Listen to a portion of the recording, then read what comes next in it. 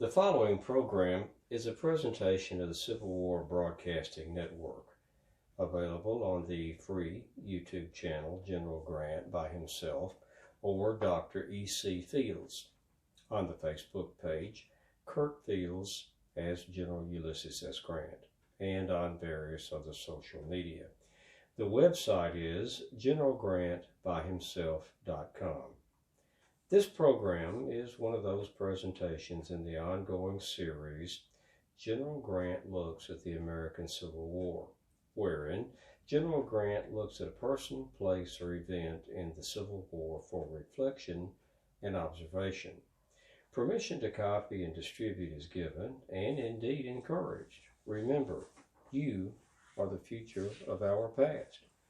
And now, General Grant looks at the Lieber Code, Part 3.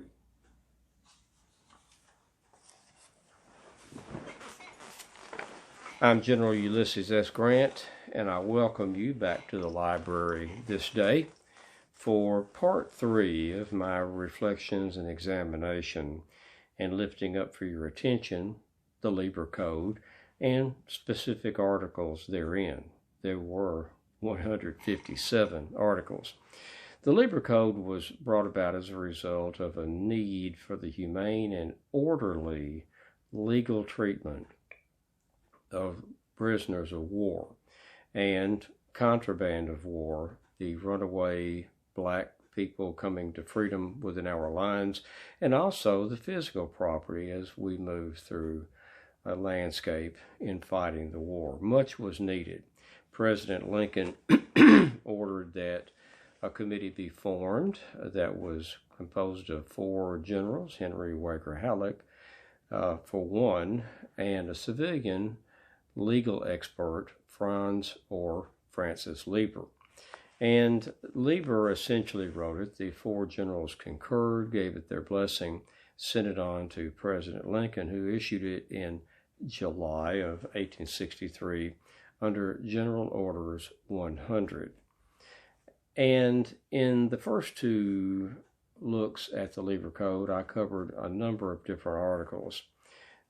In this final part, I should like to lift up some of the articles of import and even give a couple of examples of orders that I gave early in the war, January of '62, indeed that predated the Libra Code, but which are indicative of the humanity that I had in the treatment of civilians and soldiers alike, protection of property and retaliation.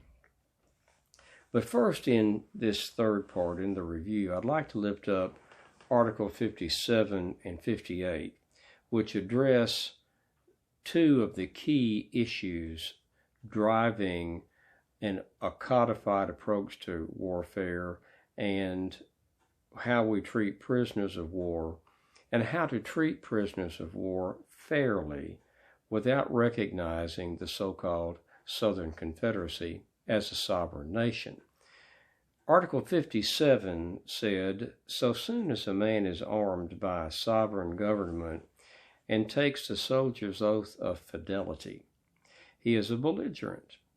His killing, wounding, or other warlike acts are not individual crimes or offenses.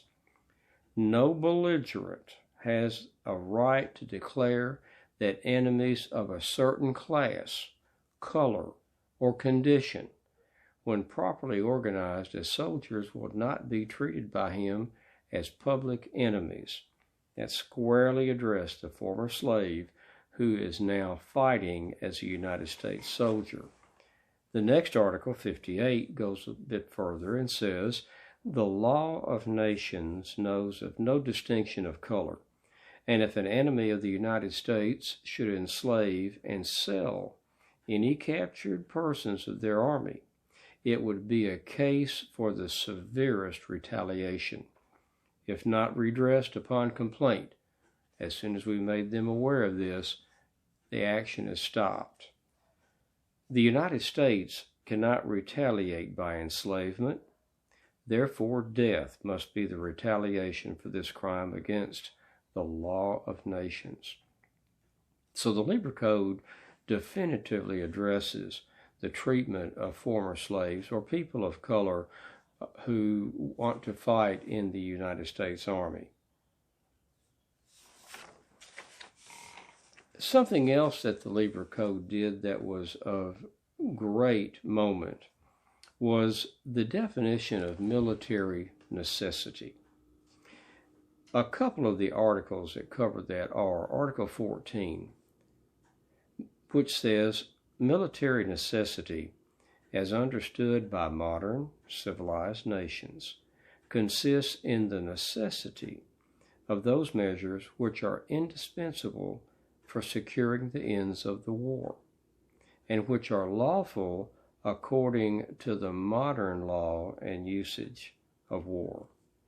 Article 15 says in part, military necessity admits of all direct destruction of life or limb of armed enemies, and of other persons whose destruction is incidentally unavoidable in the armed contests of the war.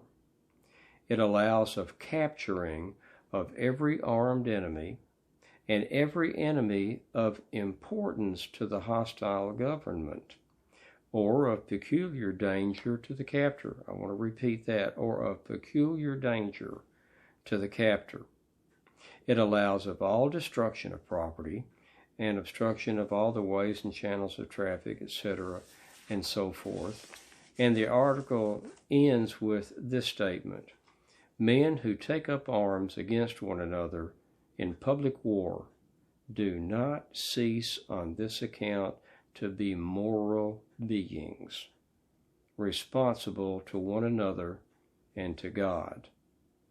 Article 16, finally, says, military necessity does not admit of cruelty, that is, the infliction of suffering for the sake of suffering or for revenge, nor of maiming or wounding, except in fight, nor of torture to extort confessions. Now, an order that I gave from Cairo, Illinois, on January the 13th of 1862 says this in addressing destruction of property. We were about to move on Fort Donelson. We'd taken Fort Henry and Hyman. It had fallen as well. And we're moving on Fort Donelson, going across some 12 miles of land between the Cumberland and the Tennessee rivers. But I issued General Order Number 2 that said, during the absence of the expedition, now starting upon soil occupied almost solely by the rebel army, and when it is a fair inference that every stranger met is an enemy, the following orders will be observed. Troops on marching will be kept in the ranks, company officers being held strictly accountable for all stragglers from their companies. No firing will be allowed in camp or on the march, not strictly required in the performance of duty. While in camp, no privilege will be granted to officers or soldiers to leave their regimental grounds, and all violations of this order must be promptly and summarily punished. Disgrace, having been brought upon our brave fellows by the reckless or the bad conduct of some of their members, showing on all occasions when marching through territory occupied by sympathizers of the enemy, a total disregard of the rights of citizens, and being guilty of wanton destruction of private property, the general commanding desires and intends to enforce a change in this regard. The interpreting of confiscation acts by troops themselves has a demoralizing effect, weakens them in exact proportions to the demonstration, and makes open and armed enemies of many who, from opposite treatment, would become friends or at most non-combatants. It is ordered, therefore, that the severest punishment be inflicted upon every soldier who is guilty of taking or destroying private property, and any commissioned officer guilty of like conduct or of countenancing it shall be deprived of his sword and expelled from the camp, not to be permitted to return. On the march, cavalry advance guards would be thrown out, etc., so forth, the logistics of the march. I was sternly laying out my expectations for this march and made the observation opposite treatment of harshness and cruelty would endear people to us. The harshness and the cruelty will make potential killing enemies of people who would not otherwise be so, perhaps even our friends. So military necessity includes doing what the Army's got to do to sustain itself, protect itself, and move itself, but no more. Leave the personal property and persons of the people of the countryside that you're moving through alone. Leave them alone. Don't exacerbate an already bad situation. A final note here. Article 69 said, outposts, sentinels, or pickets are not to be fired upon, except to drive them in, or when a positive order, special or general, has been issued to that effect. Nobody in the Army likes the idea of sniping at the pickets because most men in the Army have to walk picket post. This was felt to be so important, critical in the thinking of the soldier, that it is a specific article unto itself. Outposts, sentinels, or pickets are not to be fired upon, except to drive them in, which is your standard combat, or when a positive order, special or general, has been given for that to that effect for whatever reason. And Article 27 says, the law of war can no more wholly dispense with retaliation than can the law of nations, of which it is a branch. Yet civilized nations acknowledge retaliation as the sternest feature of war. A reckless enemy often leaves to his opponent no other means of securing himself against the repetition of barbarous outrage. And Article 28, the next article, says, retaliation will therefore never be resorted to as a measure of mere revenge, but only as a means of protective retribution, and moreover, cautiously and unavoidably, that is to say, retaliation shall only be resorted to after careful inquiry into the real occurrence and the character of the misdeeds that may demand retribution. Well, I issued this order on January the 11th of 1862 to General Eleazar Payne at Bird's Point, Missouri, on the other side of the river from where I was heading for Fort Donelson. And the order reads, I understand that 4 of our pickets were shot this morning. Now, this is at Bird's Point, Missouri, 70 miles southwest of St. Louis, hotly contested area. I understand that 4 of our pickets were shot this morning. If this is so, and appearances indicate that the assassins were citizens, not regularly organized into the rebel army, the whole country should be cleared out for 6 miles around, and word given that all citizens making their appearance within those limits are liable to be shot. To execute this, patrols should be sent out in all directions and bring into camp at Bird's Point all citizens together with their subsistence, and require them to remain under penalty of death and destruction of their property until properly relieved. Let no harm befall these people if they quietly submit, but bring them in, and place them in camp below the breastwork, and have them properly guarded. The intention is not to make political prisoners of these people, but to cut off a dangerous class of spies. This applies to all classes and conditions, age and sex. If, however, women and children prefer other protection that we can provide, they may be allowed to retire beyond the limits indicated, not to return until authorized. By order of U.S. Grant, Brigadier General Commanding. Now, the emphasis should be if they prefer protection other than we can afford them to move outside the limits.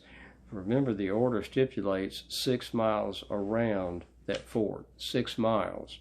And to return within that 6 miles is to subject oneself to the possibility of being shot.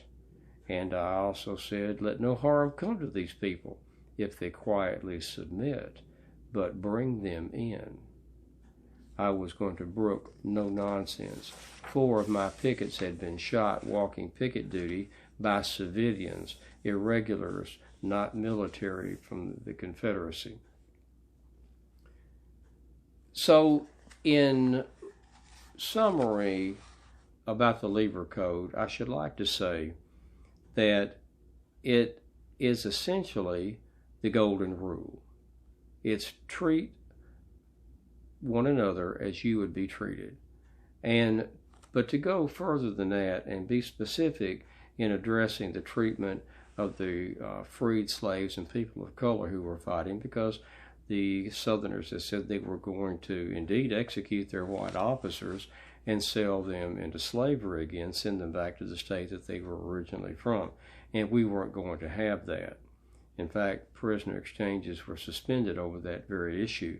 But this was driving President Lincoln, the impetus he had to establish a formal code of military action and to ensure humane and deliberate treatment of people and property, persons and property, of the belligerents as we move through their territory or they through ours. It was a badly needed organization with the hundreds of thousands of men on both sides who were enlisting, who had no military experience.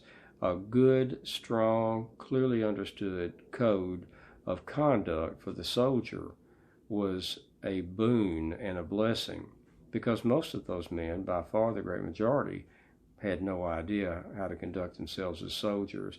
And sometimes people can lose their sense of humanity once they become armed and in combat. And it stresses that you do not, when you put on the uniform, cease to be a moral being, nor do you escape punishment for your illegal or even heinous acts once the combat is over and indeed the war is over.